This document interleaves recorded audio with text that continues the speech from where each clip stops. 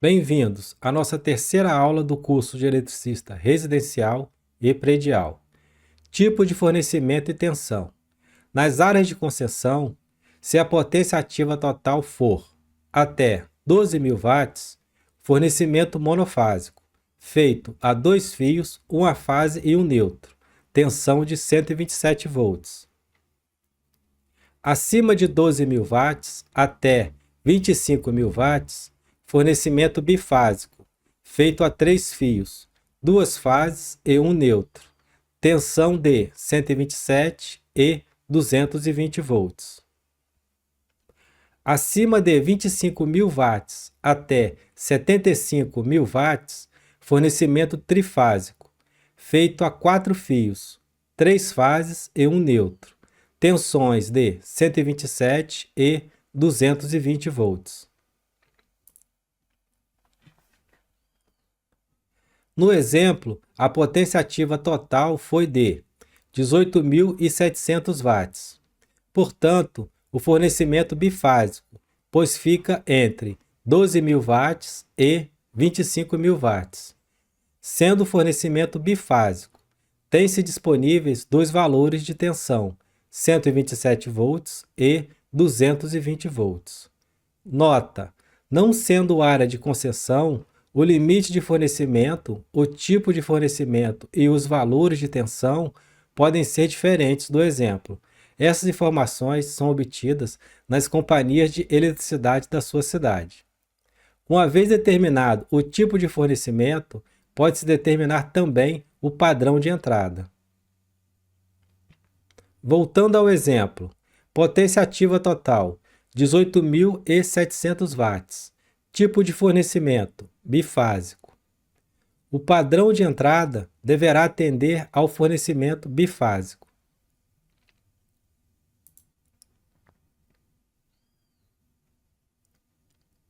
E o que vem a ser o padrão de entrada?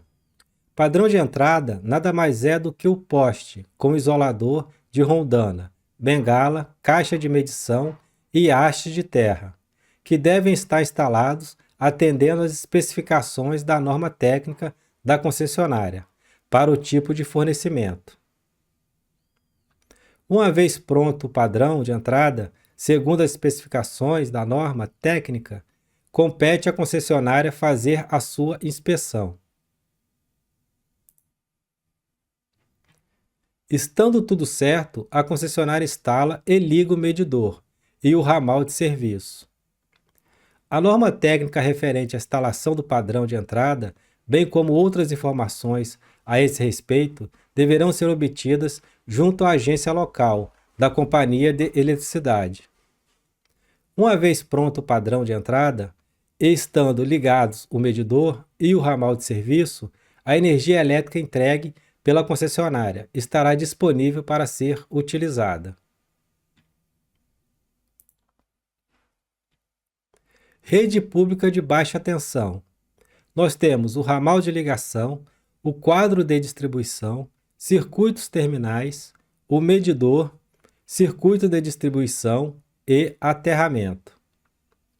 Através do circuito de distribuição, essa energia é levada ao medidor, até o quadro de distribuição, também conhecido como quadro de luz.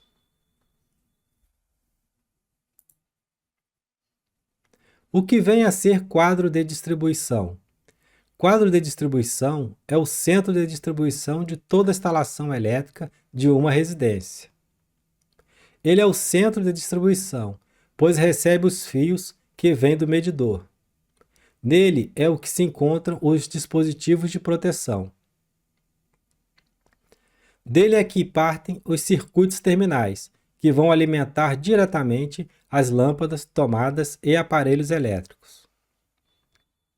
São subdivididos: circuito 1, iluminação social; circuito 2, iluminação de serviço; circuito 3, tomadas TUGs, que são as tomadas de uso geral; circuito 4, tomadas de uso geral; circuito 5, tomada de uso específico, como já citamos no exemplo, torneiras quentes, chuveiros, máquinas de lavar, micro-ondas.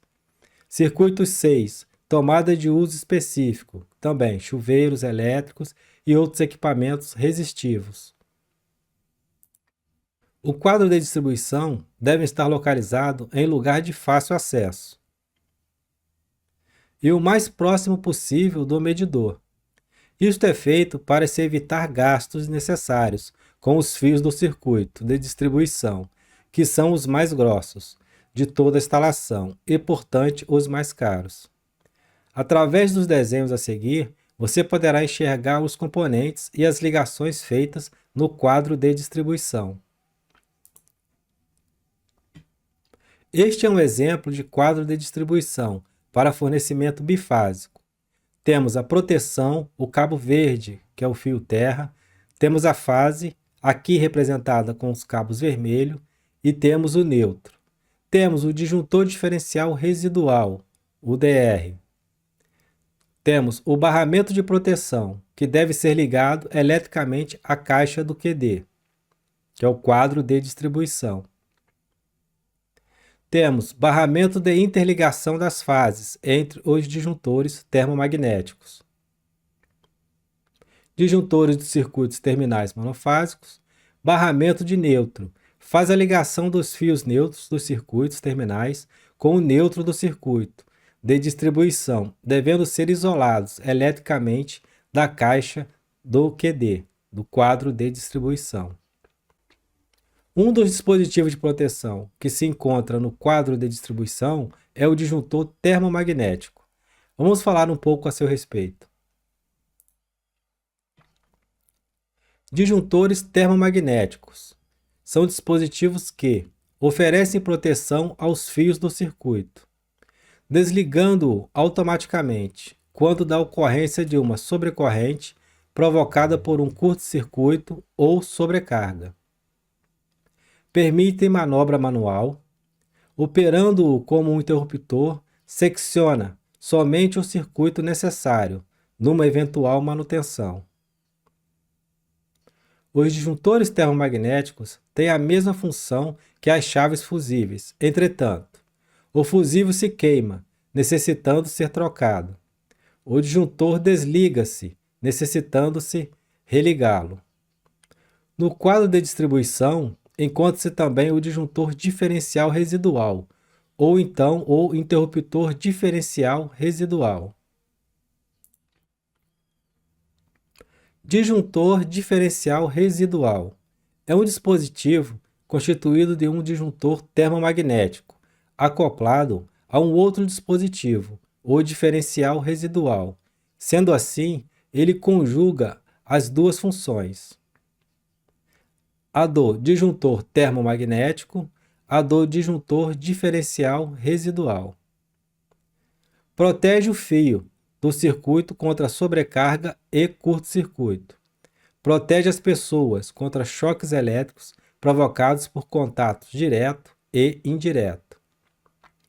Pode-se dizer então que disjuntor diferencial residual é um dispositivo que protege os fios do circuito contra sobrecarga e curto-circuito e as pessoas contra choques elétricos. Interruptor diferencial residual é um dispositivo composto de um interruptor acoplado a um outro dispositivo, o diferencial residual. Sendo assim, ele conjuga duas funções: a do interruptor, que liga e desliga manualmente o circuito, a do dispositivo diferencial residual interno, que protege as pessoas contra choques elétricos provocados por contatos diretos e indiretos. Pode-se dizer então que interruptor diferencial residual é um dispositivo que liga e desliga manualmente o circuito e protege as pessoas contra choques elétricos.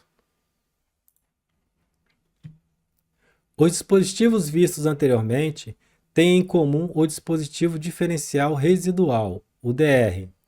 Sua função é proteger as pessoas contra choques elétricos provocados por contato direto e indireto. É o contato acidental, seja por falha de isolamento, por ruptura ou remoção indevida das partes isoladas, ou então por atitude imprudente de uma pessoa, com uma parte elétrica normalmente energizada, que são as partes vivas. Contato indireto é o contato entre uma pessoa e uma parte metálica de uma instalação ou componente, normalmente sem tensão, mas que pode ficar energizada por falha de isolamento ou por uma falha interna. A seguir serão apresentados tipos de disjuntores termomagnéticos, tipos de disjuntores DR de alta sensibilidade, tipos de interruptor DR de alta sensibilidade. Tipos de disjuntores termomagnéticos. Os tipos de disjuntores termomagnéticos existentes no mercado são monopolares, bipolares e tripolares. Nota: os disjuntores termomagnéticos somente devem ser ligados aos condutores fase dos circuitos. Tipos de disjuntores diferenciais residuais. Os tipos mais usuais de disjuntores residuais de alta sensibilidade, no máximo 30 mA, existentes no mercado são bipolar e tetrapolar. Nota: os disjuntores DR devem ser ligados aos condutores fase e neutro dos circuitos, sendo que o neutro não pode ser aterrado após o DR.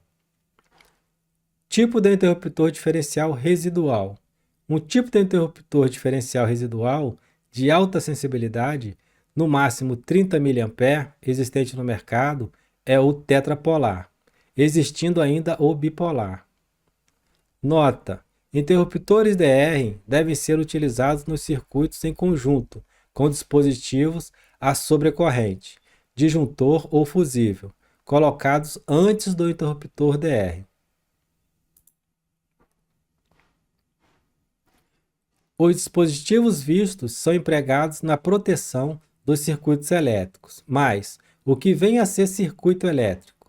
Circuito elétrico é o conjunto de equipamentos e fios ligados ao mesmo dispositivo de proteção. Em uma instalação elétrica residencial ou predial, encontramos dois tipos de circuitos, o de distribuição e os circuitos terminais. Circuitos de distribuição. Liga o quadro do medidor ao quadro de distribuição. Rede pública de baixa tensão, ponto de derivação, ramal de ligação, duas fases mais neutro, circuito de distribuição, duas fases mais neutro mais aterramento, caixa de medição, medidor, ramal de entrada, ponto de entrega, origem da instalação, vai para o quadro de distribuição, dispositivo geral de comando e proteção, terminal de aterramento principal, condutor de aterramento, eletroduto de aterramento. Circuitos terminais. Partem do quadro de distribuição e alimentam diretamente lâmpadas, tomadas de uso geral e tomadas de uso específico. Nota: em todos os exemplos a seguir, será admitido que a tensão entre fase e neutro é 127 volts e entre fases é 220 volts. Consulte as tensões oferecidas em sua região. Disjuntor diferencial residual geral. Fase neutro mais aterramento. Fases. Fase neutro mais aterramento. Neutro. Proteção. Quadro de distribuição. Tomada. Fase neutro mais aterramento. Chuveiro, duas fases mais aterramento, chuveiro de 220. Fase mais neutro mais aterramento, tomada. Fase mais neutro mais aterramento, tomada. Torneira elétrica, duas fases mais aterramento, torneira elétrica 220 volts. Exemplo de circuitos terminais protegidos por disjuntores termomagnéticos.